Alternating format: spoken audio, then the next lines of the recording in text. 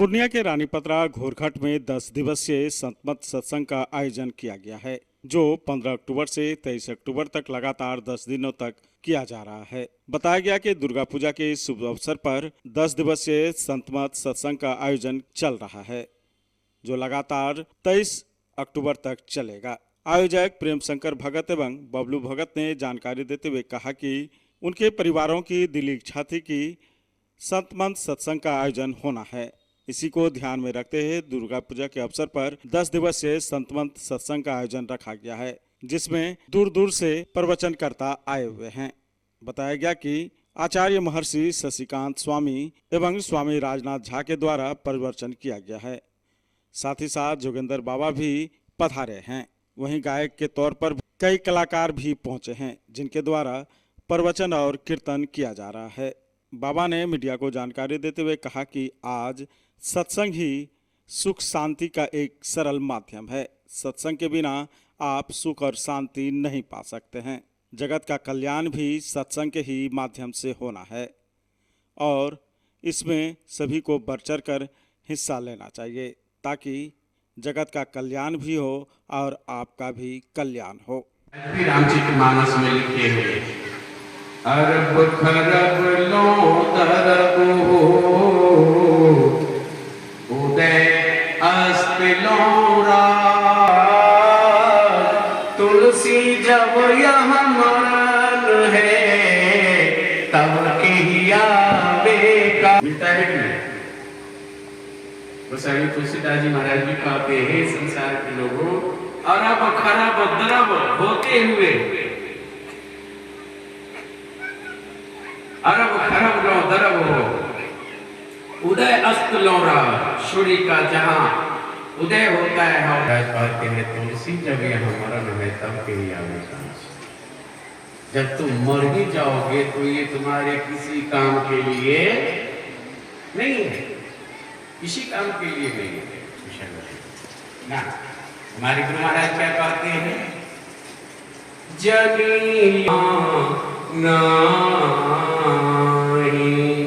यह परदेसा का जन्म लेना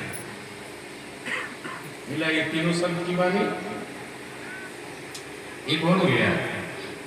अनुसंतों का भी विचार रामचरितमानस से जो पाठ हुआ है उस पाठ के आधार पर सुनाना चाहिए। एक बात आपको ध्यान से सुने। भगवान श्री राम और लंका अयोध्या वासी सदगुरु क्या मार के मुड़वा नहीं हुआ, सिर्फ प्रतिमा का दर्शन हुआ है, मूर्ति का दर्शन हुआ है। बोलिए बात सही है ना? किसी भी मंदिर में प्रतिमा दर्शन करके ही हम लोग समझ रहे हैं कि भक्ति हो रही है, पूजा हो रही है, भजन हो रहा है, सब कुछ ठीक ठाक रहेगा। लेकिन याद रखेंगे जहां भगवान राम साक्षात हैं और उसका दर्शन मंथरा कर रही है, फिर भी मंथरा सुधरे नहीं। क्यों नहीं सुधरे? आखिर मंथरा के जीवन में क्या चीज की कमी रह गई जो सुधरे नहीं? और लंका में भक्त विभीषण है राक्षसों के बीच, आखिर उसमें क्या चीज की पूर्ति हो गई जो भक्त विभीषण बिगड़े? समझ रही हो? याद रखें, मंदिरों में जाने से आपका मोह दूर नहीं होगा, आपका भ्रम दूर नहीं होगा। तीर्थों में जाने से आपका मोह दूर नहीं होगा, आपका भ्रम दूर नहीं होगा। व्रत उपवास करके आपका मोह दूर नहीं होगा, भ्रम दूर नहीं होगा। यदि होता तो राम पद होए न दृढ़ अनुराग। जब तक सत्संग में नहीं आओगे, कथा सुनने को नहीं मिलेगी, कथा नहीं सुनोगे तो तुम्हारा मोह नहीं जाएगा, अज्ञानता नहीं जाएगी। और जब तक तुम्हारे अंदर का मोह अज्ञानता भ्रम नहीं जाएंगे, तुम्हें भगवान ईश्वर परमात्मा से प्रेम नहीं होगा। और जब तक परमात्मा से प्रेम नहीं होगा तो परमात्मा में कभी तुम्हारा दृढ़ अनुराग नहीं होगा। दृढ़ अनुराग के लिए प्रेम चाहिए, प्रेम के लिए वो अज्ञानता दूर करना चाहिए। मोह अज्ञानता दूर के लिए भगवान की कथा में आनी चाहिए, और भगवान की कथा में आने के लिए आपको सत्संग में आना ही होगा। यही एक जगह है जहां आकर मोह दूर होता है। यही एक स्थान है जहां आने से अज्ञानता दूर होती है। यही एक जगह है जहां आने से जीव का कुशल होता है ना, कुशल होता है। ध्यान से सुनो। उस विभीषण को रावण भरी सभा में अपमानित करके, लातों से प्रहार करके यही कहे, रे नीच रे पापी, तू रावण का भाई होकर जो रावण का शत्रु राम है उसका गुणगान करता है, जा तुलसी राम के पास। और आकाश मार्ग से भक्त विभीषण भगवान राम के पास पहुंचे। 10 दिवसीय सत्संग हम इसलिए लगाए कि मानव कल्याण के लिए अच्छा है और इससे लाभ मिलेगा। क्या लग रहा है कि इस सत्संग से जो है जो सुख की प्राप्ति होनी चाहिए जी, वो इसी यही एक माध्यम है? जी। कितने दिनों का कार्यक्रम है और क्या क्या आयोजन हो रहा है? 10 दिन का कार्यक्रम है जिसमें इसमें भंडारे की भी व्यवस्था है, ठीक है। और मेरे पिताजी का आदेश था कि 10 दिन का सत्संग कराओ, माताजी का भी आदेश था, इसलिए हमने इस सत्संग का रखा आयोजन, और समाजवासी का भी यह उद्देश्य था। माने सबके सहयोग, जी, सबके कल्याण के लिए ये सत्संग का आयोजन हो रहा है। कहाँ कहाँ से बाबा लोग आए हैं प्रवचनकर्ता के तौर पर? मैं से वो आए, मैं खगड़िया से, ठीक है। राजनाथ बाबा आए थे अररिया से, और राजनाथ बाबा तो चले गए।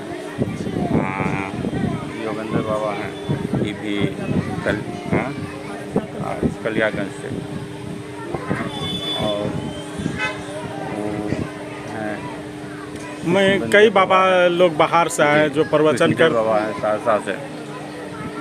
क्या नाम हो गया आपका? कृष्ण बाबा। आप संतों, भगवंतों, सदग्रंथों के ज्ञान और विचार के मुताबिक ये ज्ञान देना चाहता हूँ कि ईश्वर सबसे बढ़कर हैं। ईश्वर से बढ़कर कोई हो नहीं सकता। ईश्वर सबसे बढ़कर हैं, ईश्वर से बढ़कर कोई हो नहीं सकता। लेकिन ईश्वर सिखाते और बताते नहीं, ईश्वर सिखाते और बताते नहीं, इसलिए इस सद्गुरु सिखाते और बताते हैं, इसलिए ईश्वर से बढ़कर सद्गुरु हैं। जब तक जीवन में सद्गुरु नहीं मिलेंगे तब तक नित्य सुख, अविनाशी सुख, शाश्वत सुख किसी को प्राप्त हो नहीं सकता। जो अभी समग्र विश्व में विवाद हो रहा है, लड़ाई हो रही है, युद्ध हो रहा है, उसमें विराम हो, इसके लिए सत्संग की बहुत बड़ी ज़रूरत है। सभाओं के लिए सत्संग की बहुत ज़रूरत है। पाप उसे कहते हैं जो जीव को नरक में डाल देता है, और पुण्य उसे कहते हैं जो जीव को स्वर्ग वैकुंठ मोक्ष दिला देता है। पाप के 4 रूप होते हैं। पहला रूप पाप का अंधकार है, दूसरा रूप पाप का मन की चंचलता है, तीसरा रूप पाप का अनेक तरह के विघ्न बाधाएं हैं, और चौथा रूप पाप का असाध रोग है। यही पाप के 4 रूप हैं। यदि जो ये जिसको अनुभव होता है, समझिए वो अभी पाप में ही है। इसका कैसे दूर कर सकते हैं हम इसे? तो संत महापुरुष कहते हैं, पुण्य पुंज बिनु मिलहि न संता।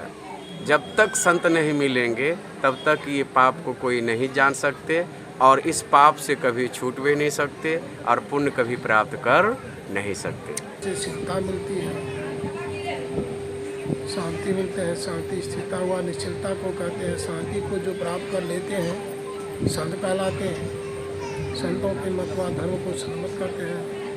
शांति प्राप्त करने का प्रेरण मनुष्यों के हृदय में स्वाभाविक है। प्राचीन काल में ऋषियों ने इसी प्रेरण से प्रेरित होकर इसकी पूरी खोज की। और इसकी प्राप्ति के विचारों को उपनिषदों में वर्णन किया। इन्हीं विचारों से मिलते हुए विचारों को कबीर साहब और गुरु नानक साहब आदि संतों ने भी भारतीय और पंजाबी आदि भाषाओं में सर्वसाधारण के परार्थ वर्णन किया। इन विचारों को ही संत मत कहते हैं, परंतु संत मत की मूल भीति तो उपनिषद के वाक्यों को ही